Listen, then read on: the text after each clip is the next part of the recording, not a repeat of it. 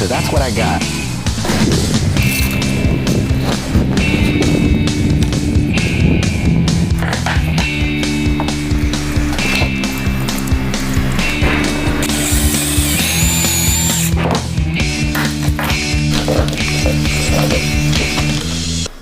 What's up, you guys? Alright, so we took a break over the weekend. I don't exactly know where I am on this cabinet install. I will tell you this, I've done a lot of work for the cabinets, but it's painted here, let it sit and dry, go work on something else, cut this, get it ready.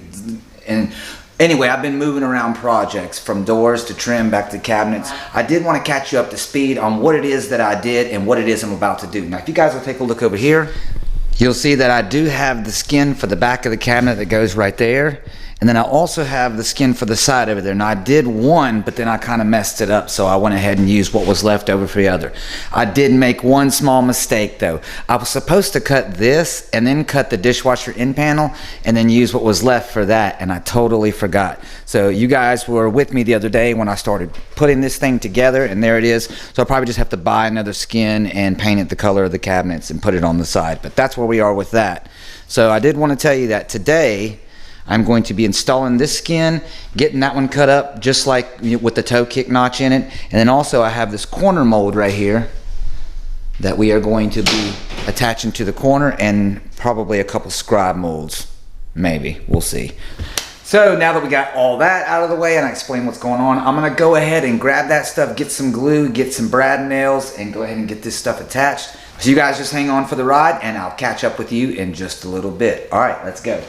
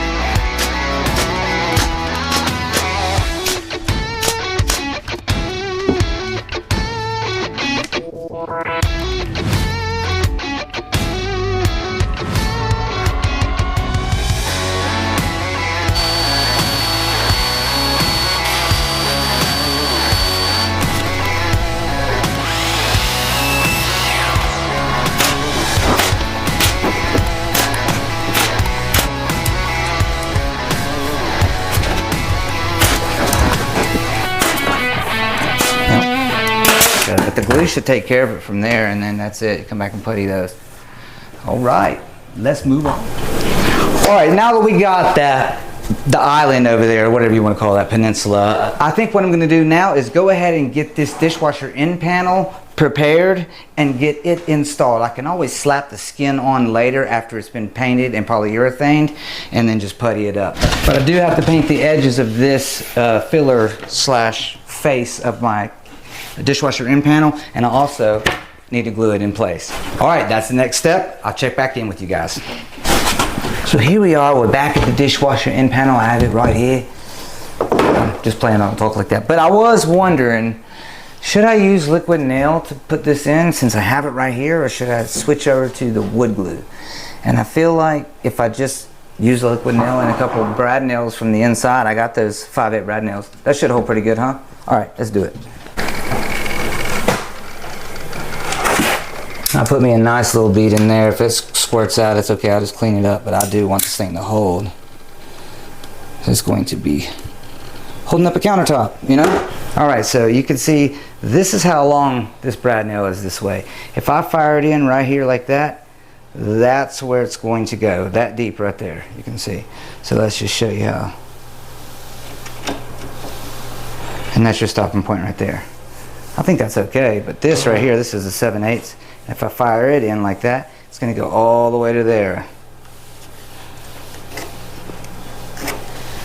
Right there, and so that's pretty good holding. We know it won't blow through because I have like literally about 3/8 left over. All right, let's do it. Switching them out.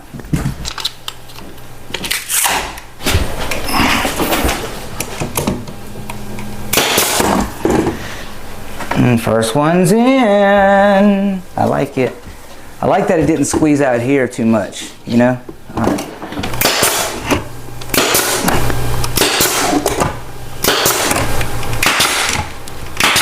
All right, let's take a look and see if any of them blew out.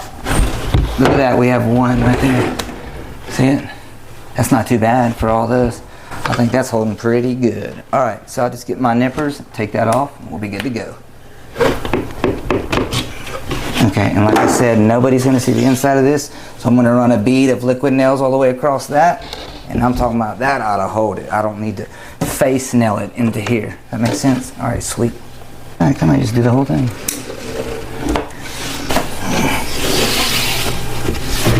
Alright guys, so here's what I'm going to do. I still have to paint the edges of this, but I am going to get this thing set up so that when I am ready to bring it in here, I just got to slap it in and install it. So here's what we need to do. We need to somehow put a cleat on the wall over here and over on the wall over there to catch the countertop.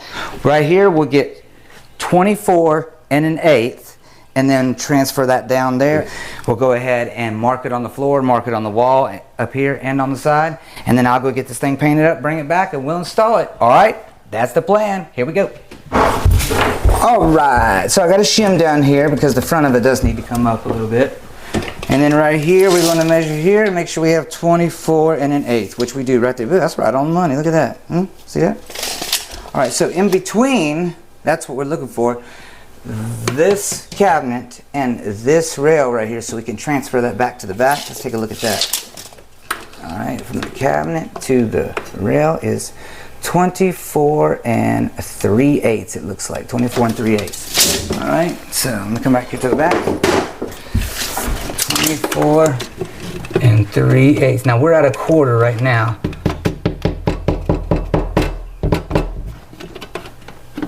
That's 5/16 right there, and that's 3/8. Now the thing about that is we are touching right there. So the reason that is because we thought we were going with 2 1/4 trim. So I left all these doorways for that, and I've had to cut some in the corner where it touches, but that's on me. Later on we decided to change and go with the 1x, only because we wanted to kind of match the theme we had going with the cabinets, which was more of a shaker style trim. So that's okay, and we cut a skin from here to there and it'll be fine. Only problem is our countertop is going to be flush with this, which will be in the trim about 1/4 inch. So that's what it is. I'm going to make it flush. All right guys, that's the situation we got going on. Let's move on. Isn't the skin not supposed to be in the trim? Supposed to be, but it is. Oh, we discussed that yesterday. I know, but I don't know how to do it without it. I mean, we're out of room. I made this, I can make it a little bit smaller. I mean, it'll literally be almost nothing. Hold on, wait, come look.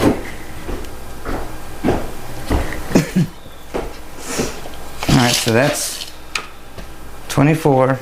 From there, 24. Is that what we need? Is exactly 24? Well, it's 24 1/8 what I have. We need exactly 24. So I mean, I mean we need 24 1/8, but they're supposed to be 24 inches. So from there, with it at 24, is 24 3/8. So to match that back here and transpose it, 24 3/8 is right there on the money, and that's what we have. So my skin will go here, there, and the countertop will go flush with this into the door about that much. And the only way to stop that is to cut like an 1/8 off of this, a fat 1/8, and then shove it over. So that the skin goes into the wall. Yeah. But that will make this thing, I mean, I can make it 1 inch. We could try. I'll take them screws out. I think I probably should wait till it all dries with the liquid nail and everything. Okay. And I just run it through like that. Alright, I don't know how much of that you guys heard, but I think Kelly's right. It does kind of look a little bit to have the countertop run into the trim. And if we can fix it, we should. So, here's what we're going to do. The skin will go to right here, flush with this side of this, and then that's where the countertop will go on this side. So in order to make that happen, that back there needs to slide over 1/4 inch. Now this right here, as you can see, when I measure it, we are at 1.5 inches right now. if I make it 1.25 inches, and I've made them 1 inch before, but it just doesn't look as attractive. But I am willing to go down to 1.25 inches, and that will give us the 1/4 inch we need back here and make us be able to slide this thing over 1/4 inch and have our countertop not go into the trim. So that's the plan going forward. I just need to get outside and get this thing painted and get all these holes filled so I can move on. And after that, I'll be heading into the backyard. All right, you guys, I'll check back. Let's go. All right, team, so we are back on cabinet stuff. I'm not exactly sure where we are in the video series, but I do know that we have been working on the skins, the corners, the scribes, and now I'm on this dishwasher end panel. I did get this skin painted up and got it attached to the side of this dishwasher end panel. Now I just need to make sure that it's 2 foot away from this cabinet right here so we have enough room to slide our dishwasher in. So I got my marks on the wall where the inside of this thing needs to go, and I got my liquid nail, so I'm going to glue it to the floor, I'm going to glue it to the wall, then I'm going to use 2-inch brad nails to pierce through this 3/4 into the 1/2 inch drywall and into the studs in that wall, and then I'll come back with some 2.5 inch screws and make sure it's secured really good because the countertop is going to be sitting on top of this. All right, guys, here we go.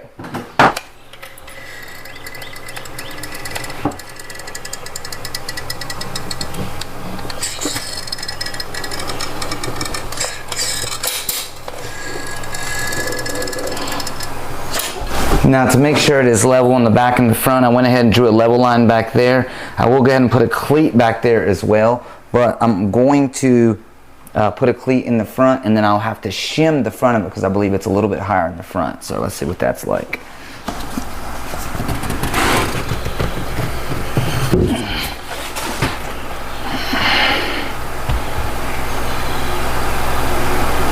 Nice, right down in that glue. It's beautiful. All right, so we're good back there in the back, so I just need to nail that.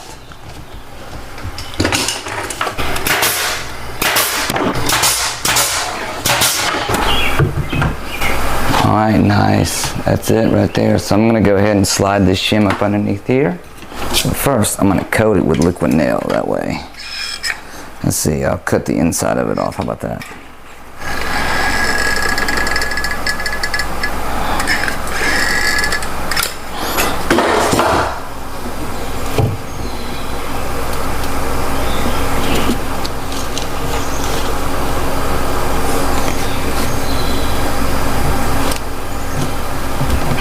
I just use the inside to mark it.